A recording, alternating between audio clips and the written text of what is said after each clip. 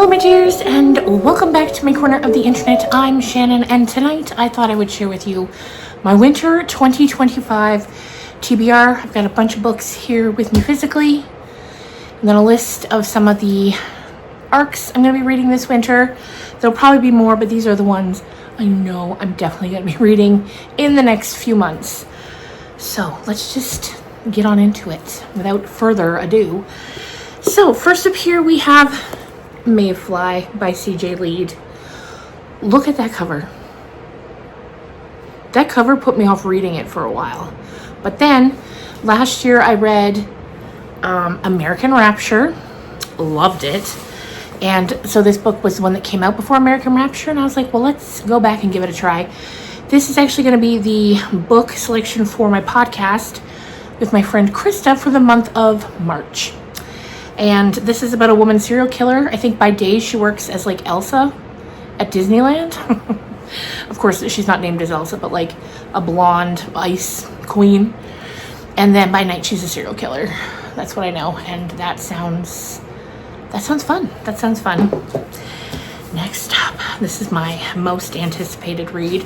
And it's actually going to be the book selection for February's episode of my podcast, but these books will also be doing book talks on here on the channel, so you don't have to wait for the podcast episodes. But Witchcraft for Wayward Girls by Grady Hendrix. I love Grady Hendrix. I love his specific brand of kind of campy horror that doesn't take itself too seriously, and it's a little funny, and it's a little spooky, and it's often gruesome, and I love it. And this one's she's big.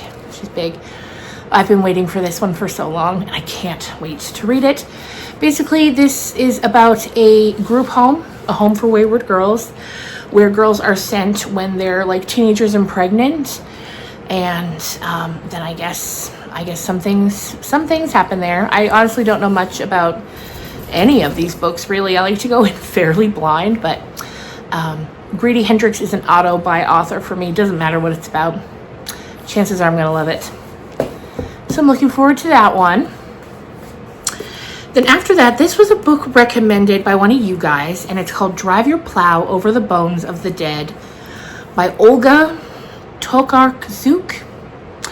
I'll know how to say that name before the book talk, but this, I don't know when this came out. I don't know if this is new or old. Okay, 2009. But somebody recommended it when I was talking about how I love weird books, and they were like, read this one. And this one sounds really interesting. Here, let me read you on the back here. Let me just read to you on the back here. It says, in a remote Polish village, Janina, an eccentric woman in her 60s, recounts the events surrounding the disappearance of her two dogs. She is reclusive, preferring the company of animals to people. She's unconventional, believing in the stars, and she is fond of the poetry of William Blake, from whose work the title of this book is taken. When members of a local hunting club are found murdered, she becomes involved in the investigation.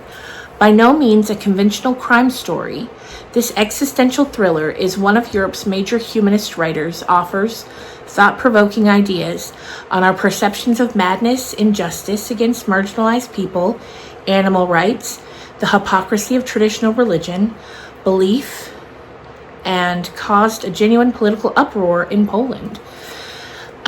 So I can't wait to read this, and thank you if it was you who recommended it. Oh, next up we've got two Stephen Graham Jones books. Mongrels, which I got for Christmas. I think this is a werewolf coming-of-age story, which sounds very intriguing, and I can't wait to read it. And then what I guess would be his most popular to date, I would think, is The Only Good Indians. And I've heard so much about this, and so many people love it, and I'm excited to finally get to give it a read, because you know how I feel about Stephen Graham Jones. And then the final hard copy that we have here is Yellowface by R.F. Kuang. Now, this has a Reese's Book Club sticker on it. And historically, I don't like any of the books that have that sticker on it. I've read, I think, 3 or 4, and they were like 1 and 2 stars, all of them. But I've heard so many good things about this. I believe this is about like a woman who is a writer, but she's not having much success. And her friend who is having a lot of success as a writer. And one day that friend dies. And then the friend is, I think, in the apartment when her friend dies, or she goes to the apartment. And she sees sitting on her friend's desk a completed manuscript. And she takes it and publishes it as if it were her own, I think is the gist of it. And I've heard so many people love it. So Reese, I'm giving you one more try. One more. All right, so then I got 1, 2, 3, 4, 5 e-arcs I need to get to this winter.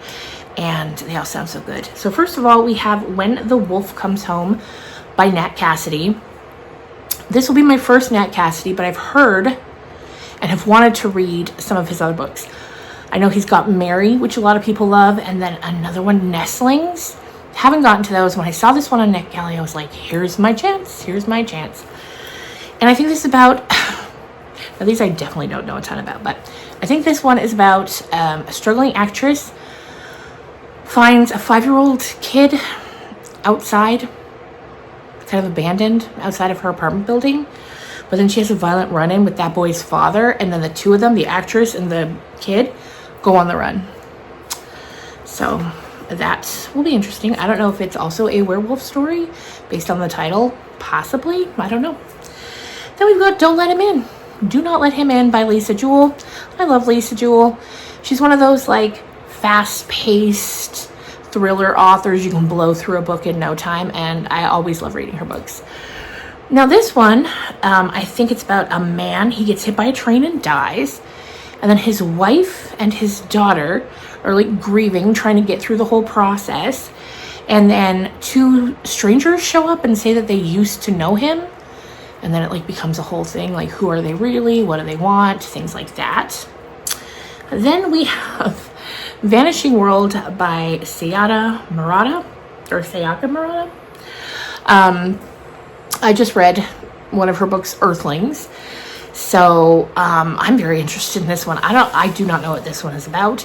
I think it's about like in the future. There's a thing where married couples can't have babies. I don't know.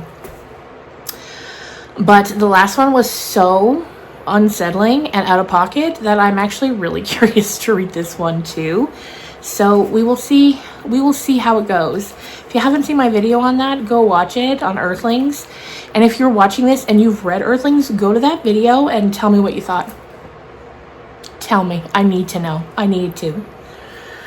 Okay, next up we have 1 and 4 by Lucinda Berry. Now, I haven't read anything by Lucinda Berry in the past, I don't think. I don't think so. If I have, it hasn't been since I've had this channel, I don't think. And this one says it's about a group of former child actors who are like filming a reality TV show together and someone gets murdered. And then it's like, I guess it becomes a thriller of like what happened. I don't know. Me here to tell you about books, and I'm like, I don't know. Don't ask me. But that sounds really interesting. And I've heard people say like a lot of her books are like shocking endings, which is what you want in a thriller, right? You want a good twist. And then finally we have Senseless by Ronald Malfi. I read my first Ronald Malfi in 2024, and that was Small Town Horror. Loved it. So I'm excited to read this one. And this is about like a girl ends up murdered, and then the detectives who come to investigate this scene find that there's a lot of similarities in her scene to other women who have been found murdered in the area. And I know it's like got a supernatural sort of twist to it. I can't wait to read it. I can't wait to read it. Based on Small Town Horror, I really, really like his writing. I don't know why I said like a question. His writing. It's writing, and I do like it. That wasn't a question. Anyway, you guys, thank you so much for watching. I hope you are doing well and staying warm. If it's cold where you are, we've recently got past a cold snap, and we're enjoying a bit of reprieve from it. So thank you again, and I will see you again real soon. Bye.